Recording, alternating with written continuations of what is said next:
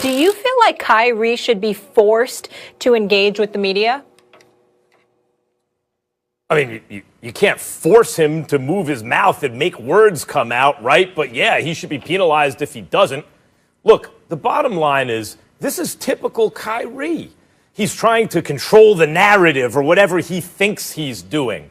Life hit different. Is the point that he'll be taken out of context less, or he can't be taken out of context if he just releases a statement? You can still take stuff out of context, Kyrie. Of course you can.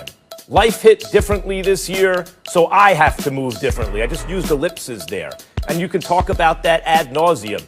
He's self-involved. He's not thinking about his team. See, Kyrie, I could do that, and others can, whether they're good, well-intentioned or not. It could be an honest mistake, or it could be malicious. If you think the media is malicious, or members of them have something out, against you or something like that, they can still do that. That doesn't make any sense. Or is the point that here's my statement? No, the point of media accessibility is to ask you questions. I know you'd like to talk about what you'd like to talk about, but the reason everyone's making a living doing this, including you, is because the media covers it and delivers it to the fans, the paying customer, right? And they have questions. And by extension, the media, in a sense, is an extension of them.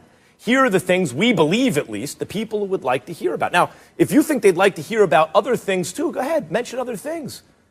But just to release a statement is like a scared way to behave.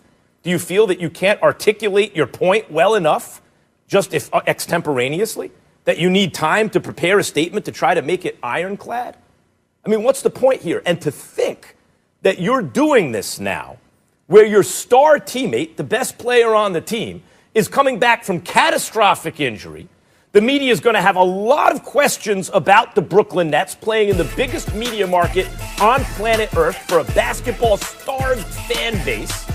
And you're absolving yourself of the responsibility of answering questions. So what, that all goes to KD now? You have to ask yourself, Kyrie, you might be the most skillful player who ever lived, especially given how high your talent is pitched. Whoever had handles like you, who could also finish in the paint, at least under the rim, who could also pass the ball, who could also shoot the ball, like Kyrie Irving. Why is it that every team you've been on, except for the one with LeBron James, has gotten worse with you on the court? That shouldn't be possible. Seems to me you're thinking a lot about yourself, and this statement reflects that. Stephen A., when I read it, I thought, typical Kyrie. He thinks he's being profound or deep or controlling the narrative or whatever he thinks he's doing, but it seemed to me to be inarticulate rambling and nonsense, self-involved nonsense. I appreciate all of those sentiments, Max Kellerman. So let me get right to it and just answer the question. And I'm going to try to be diplomatic, but I'm not going to hold back. To answer the question directly, Molly and Max, Kyrie Irving should not be forced to engage with the media. He doesn't want to talk to the media, fine. We won't miss him.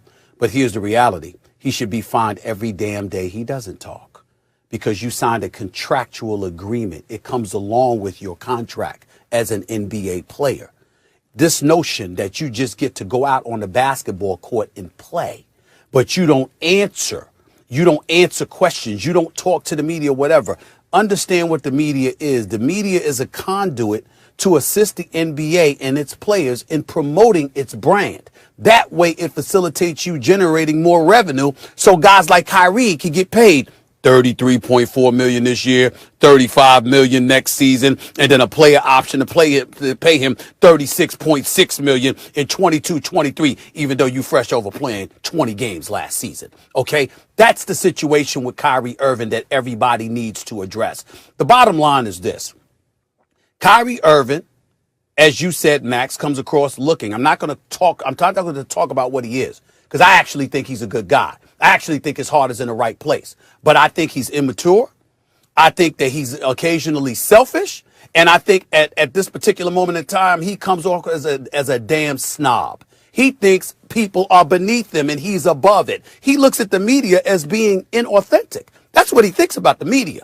You know, everything that has happened to Kyrie Irving, that Kyrie Irving has self-inflicted, go back and look at the tapes. Quote him. It's always the media. Always. You got something to say about LeBron? It's the media. You got something to say about your time in Boston? It's the media. You got something to say about wanting to move on? It's the media. You're in Brooklyn. Nobody has thought about you since the spring. You haven't played. The season was halted. You wasn't playing before then. You had shoulder surgery. You come in, and then you're not even participating in the bubble because you're recuperating from your right shoulder. And still, you wanted to sit up there and implement yourself in the proceedings by talking about how the game should not be played. You weren't playing anyway while collecting $33 million. But you had something to say. And then when people responded, it's the media. You go on Kevin Durant's podcast and literally state, which we'll get into later, but literally state that, you know what? I mean, you're the first guy that I looked at and I said, hey, I trust you to make the last shot. And the media made up that LeBron might have a problem with that. Damn, you was taking a shot at LeBron. And you go on social media and literally state, hey, well, you know what? If I had something to say about him, I would say their name. Like, how dare us connect the dots and say 1 + 1 = 2? You won a championship with a brother in 2016. Far be it for us to come to the conclusion that, oh my God, you might have been talking about LeBron. Who else did you play with? Jason Tatum? Jaylen Brown? That's who you were talking about? Not LeBron, who you won a chip with? Who happens to be the greatest player in the world for the past decade? In Kyrie's world, it's always us. It's never him. No matter what he says, no matter who he says it to, no matter what. Hey, Max, you brought up, I tried to stop you from condemning him for talking about how the world was flat. The earth was flat.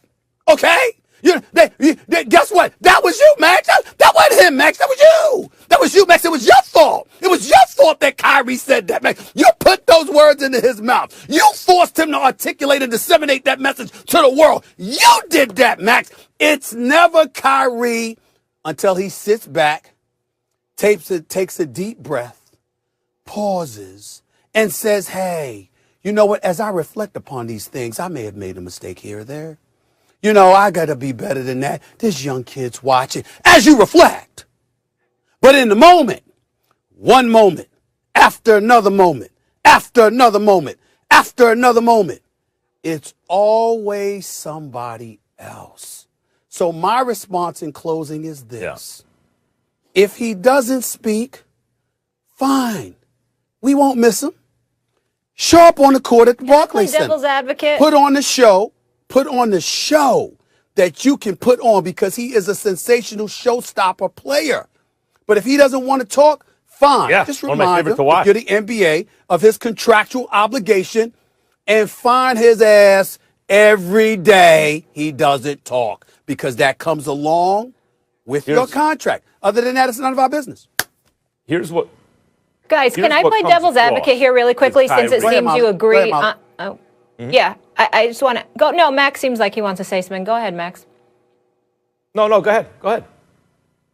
All right. So basically, I was going to say this. You guys both have powerful voices in the media. Stephen A., sports media, probably more prominent than anyone's. And you've had things misconstrued before, right? You've had things taken out of context. People take clips, they grab them, etc.